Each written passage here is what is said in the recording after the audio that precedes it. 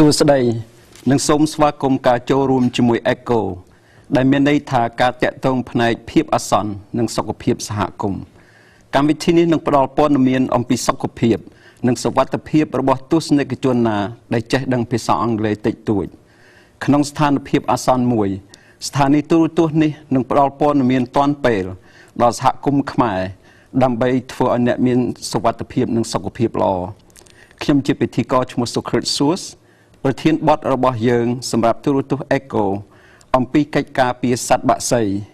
អំពីជំងឺផ្ដាសាយធំ Avian នៅពេលបន្តិចទៀតនេះយើងនឹងនិយាយជាមួយអ្នកជំនាញអំពីរឿងដ៏ពិសេសនេះប៉ុន្តែជាដំបូងកម្មវិធី Echo សូមអញ្ជើញលោកអ្នកទស្សនាដំណឹងនេះអំពីប្រធានបទរបស់យើងមនុស្សភាគច្រើនចិញ្ចឹមសត្វបក្សីនៅតាមផ្ទះនិងតាមទីធ្លាក្រោយផ្ទះអ្នកខ្លះទៀតចិញ្ចឹមមាន់និងទានៅក្រោយផ្ទះទុកដូចជាសត្វចិញ្ចឹមកំសាន្តឬសម្រាប់យកពងនិងសាច់បរិភោគអ្នកផ្សេងទៀតចិញ្ចឹមសត្វក្រួចមាន់ព្រៃនិងសត្វបក្សីផ្សេងបើលោកអ្នកមានសត្វបក្សីផ្សេងជាការចាំបាច់ត្រូវរក្សាវាឲ្យមានសុខភាពល្អមានជំងឺជាច្រើនអាចធ្វើឲ្យសត្វបក្សីទាំងនោះឈឺឬស្លាប់បានជាធម្មតាជំងឺរបស់សត្វបក្សីមិនធ្វើឲ្យមនុស្សឈឺឡើយប៉ុន្តែវាអាចធ្វើឲ្យសត្វបក្សីរបស់លោកអ្នកឈឺធ្ងន់ឬវាអាចស្លាប់ផងដែរជំងឺដូចជារោគផ្ដាសាយ Avian ផ្ដាសាយបក្សីអាចរាលដាលយ៉ាងឆាប់រហ័សមធ្យោបាយល្អដើម្បីរក្សាសត្វបក្សីរបស់លោកអ្នកឲ្យមានសុខភាពល្អគឺអនុវត្ត Backyard Biosecurity គឺមានន័យថាការពារសត្វបក្សីរបស់លោកអ្នកពីជំងឺផ្សេងការអនុវត្ត Biosecurity គឺជាការពារមេរោគមិនឲ្យរាលដាលទៅសត្វបក្សីផ្សេង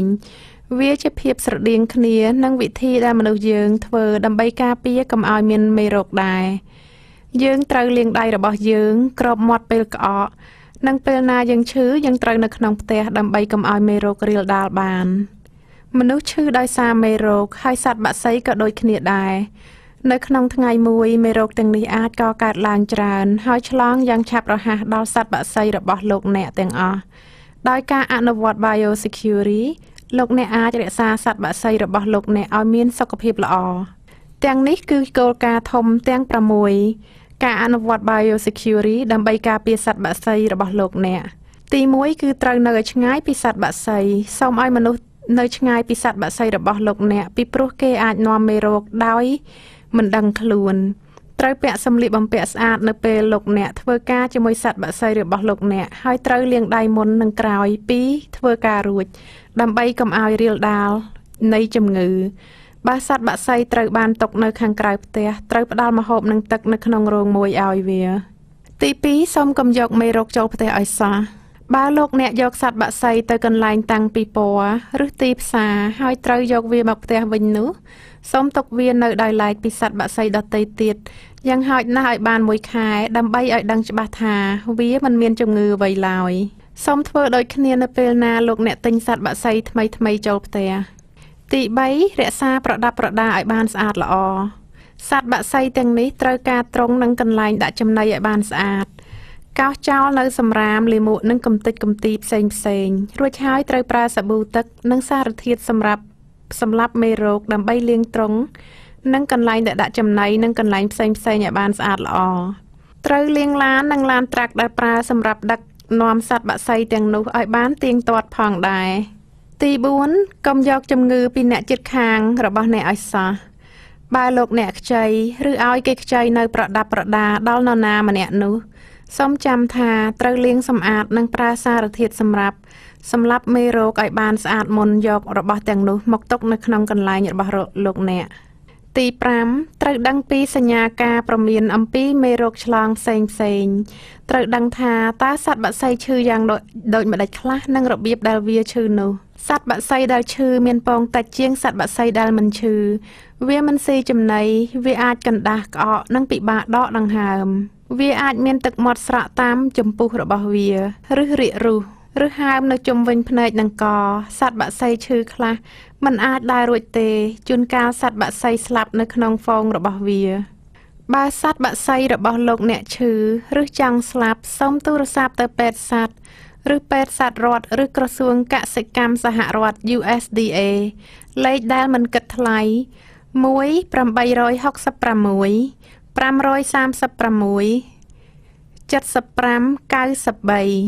សូមកុំរងចាំជាការចាំបាច់ត្រូវរាយការណ៍ទៅអ្នកឯកទេសទាំងនោះភ្លាមដើម្បីការពារសត្វបក្សីរបស់លោកអ្នក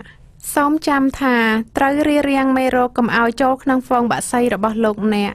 ត្រូវមើលសញ្ញានៃមេរោគនៅក្នុងសត្វបក្សីរបស់លោកអ្នកនិងរាយការណ៍អំពីសត្វបក្សីណាដែលឈឺឬស្លាប់ទៅ USDA ដោយអនុវត្ត Biosecurity បានល្អលោកអ្នកអាចមានសត្វបក្សីដែលផលិតបានពងនិងកូនបានច្រើនហើយមានសុខភាពល្អផងលោកអ្នកកំពុងទស្សនាកម្មវិធី Echo ជាកម្មវិធីមួយដែលបានរៀបចំសម្រាប់ផ្ដល់ព័ត៌មានអំពីប្រធានបទផ្នែកសុខភាពនិងសុវត្ថិភាពដល់ទស្សនិកជនណាដែលចេះនិយាយភាសាអង់គ្លេសតិចតួចយើងនិយាយអំពីកិច្ចការពារសត្វបក្សីអំពីជំងឺផ្ដាសាយធំ Avian ឲ្យដឹងព័ត៌មាននេះបន្ថែមទៀតយើងសូមបង្ហាញភ្ញៀវរបស់យើងលោក Kevin Alfred លោកជាមកពីក្រសួងកសិកម្មរដ្ឋ Minnesota ហើយនិងអ្នកស្រី Nat Singh ជាអ្នកបកប្រែនៅខាងក្រសួងបកប្រែខាងអ្នកស្រី Kim Thong ស្វាគមន៍ដែលបានអញ្ជើញមកនៅក្នុងថ្ងៃនេះគោលដៅនៃការសិក្សារបស់យើងគឺផ្ដល់ដំណឹងដល់បណ្ដាជនអំពីរបៀបការពារសត្វបក្សីអំពីជំងឺឆ្លងផ្សេង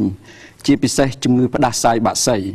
ជាមួយគ្នានេះគឺជាការលើកព័ត៌មានក្នុងកិច្ចការពារជំងឺផ្ដាសាយបក្សី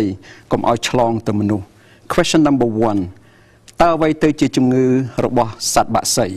ហើយមូលហេតុអ្វីបានជាមនុស្សត្រូវយកចិត្តទុកដាក់ចំពោះវា Well, birds get sick just like we do. And some bird diseases can spread rather quickly in making birds very sick and even die. ធម្មតាសត្វបក្សីគឺដូចជាមនុស្សអញ្ចឹងដែរនៅពេលដែលសត្វមានជំងឺក៏អាចឆ្លងមកមនុស្សឲ្យមានជំងឺដូចគ្នា By taking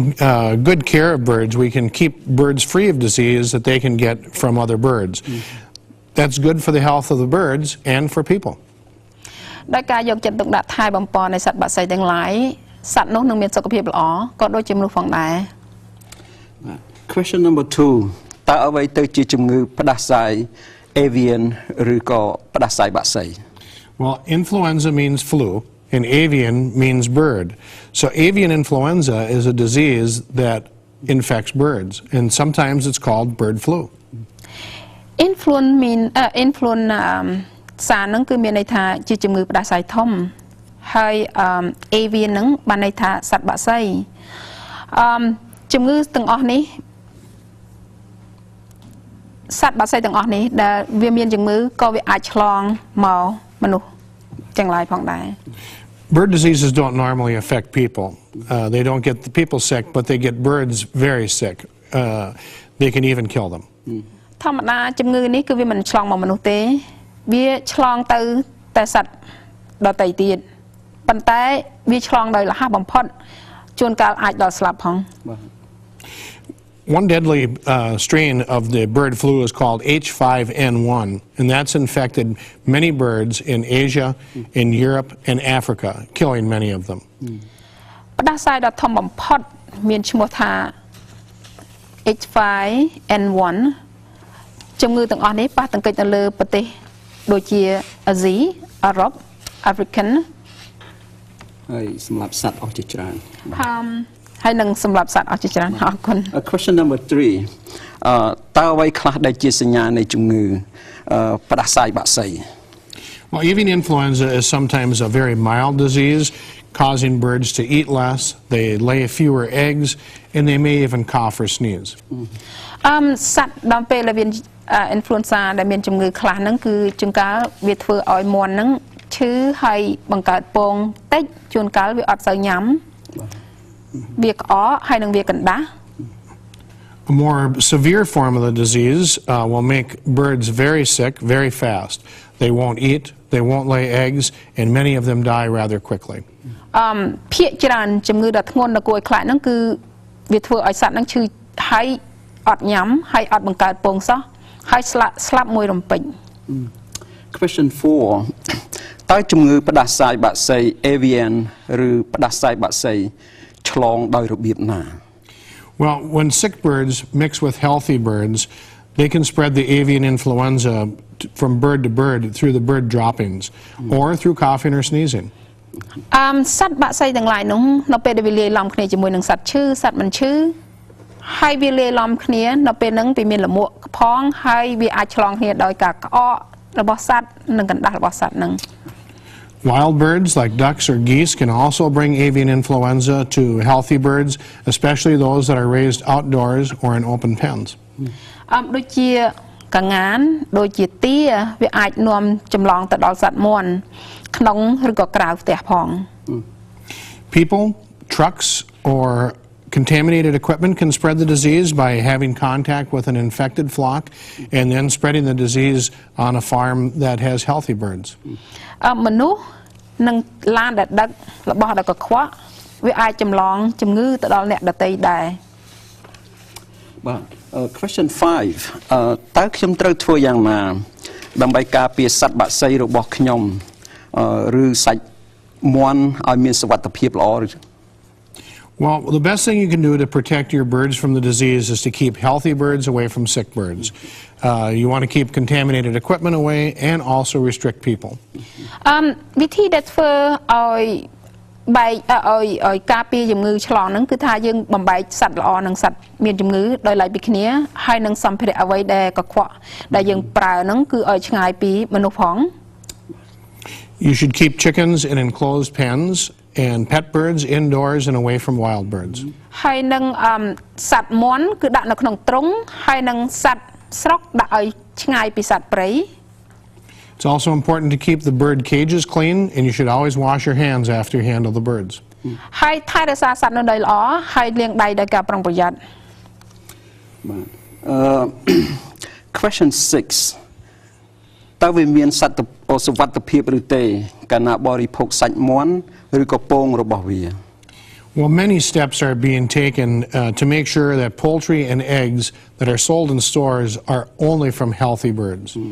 ភាគច្រើនដែលយើងត្រូវការពារហ្នឹងគឺថាយើងមើលដោយប្រុងប្រយ័ត្នពី store ដូចជាសាច់និងពង Properly cooked poultry, cooked to 165 degrees, is safe to eat. You should always cook meats and poultry to thoroughly kill the germs. សាច់ហើយនឹងពងគឺយើងត្រូវចម្អិនឲ្យឆ្អិនល្អកម្រិតកម្ដៅរបស់វា165 ដឺក្រេហើយបើយើងខុកឲ្យឆ្អិនយើងស្លឲ្យឆ្អិនហើយវាអាចស្លាប់អស់មេរោគ You should always make sure that you wash your hands with soap and water after handling raw chicken or meat. តែងតែលាងដៃហើយនឹងសម្អាតក្រោយពីយើងចាប់សាច់ឆៅសាច់មិនឆ្អិន Don't drink raw blood or eat raw eggs. You need to cook raw meat and eggs to kill the germs. កុំឲ្យផឹកឈាមកុំឲ្យញ៉ាំឈាមឆៅហើយនឹងកុំញ៉ាំពងឆៅយើងត្រូវតែធ្វើចម្អិនវាដោយឲ្យឆ្អិនល្អ អរគុណ question 7 តើមនុស្សអាចទទួលឆ្លងជំងឺរោគបក្សីបានទេបើគេជន់លើលាមករបស់សត្វបក្សីព្រៃ It's always best to avoid stepping in bird droppings because they carry germs. តែងតែជៀសវាងពីការជន់លាមកសត្វពីព្រោះលាមកសត្វវាតែងតែនាំរោគ If you do get bird droppings on your clothing or your shoes, they can be easily cleaned with water and a mild bleach solution. បើសិនជាយើងជន់នៅលើស្បែកជើងយើងឬក៏ប្រឡាក់យើងត្រូវតែលាងជាមួយនឹងទឹកហើយនឹងសាប៊ូ And always make sure that you wash your hands with soap and water. តែងតែចាំជានិច្ចពីរឿងលាងដៃនិងសាប៊ូនិងទឹក question 8 តើខ្ញុំគួរធ្វើយ៉ាងណាពេលណាខ្ញុំរកឃើញសត្វបក្សីដែលស្លាប់ Well, if you find a dead bird, you can either just simply leave it as it is,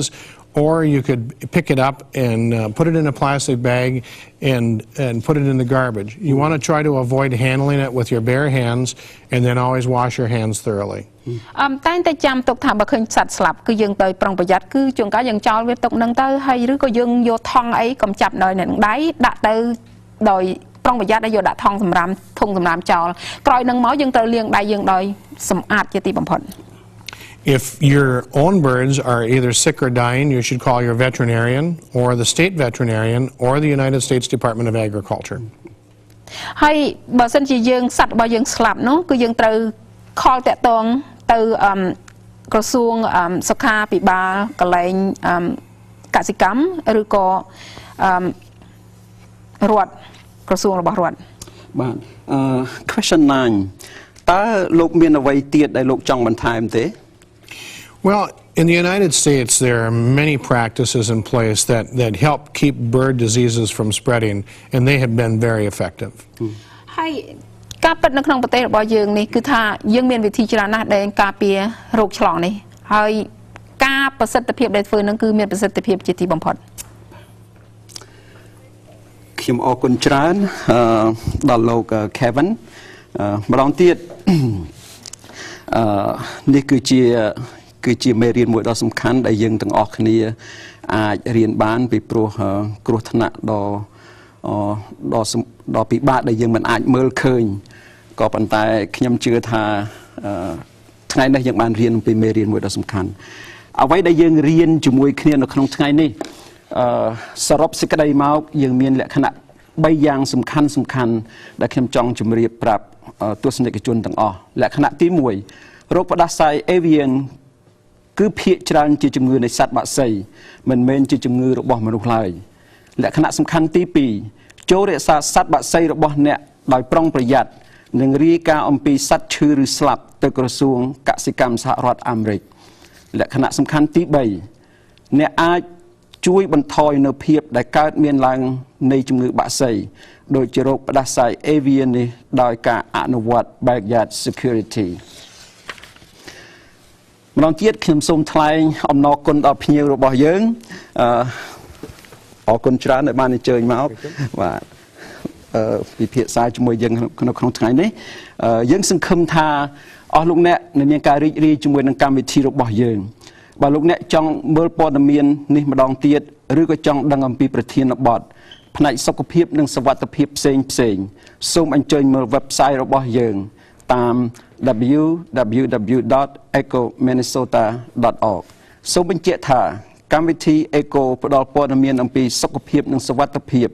ដល់ប្រជាពលរដ្ឋ Minnesota ណាដែលមិនចេះភាសាអង់គ្លេសបានល្អកម្មវិធីរបស់យើងផ្សាយប្រចាំខែនៅតាមស្ថានីយ៍នេះយើងសង្ឃឹមថាលោកអ្នកនឹងរងចាំទស្សនាកម្មវិធី Eco សម្រាប់ព័ត៌មានផ្សេងទៀតសូមអរគុណក្នុងការចូលរួមជាមួយយើងខ្ញុំ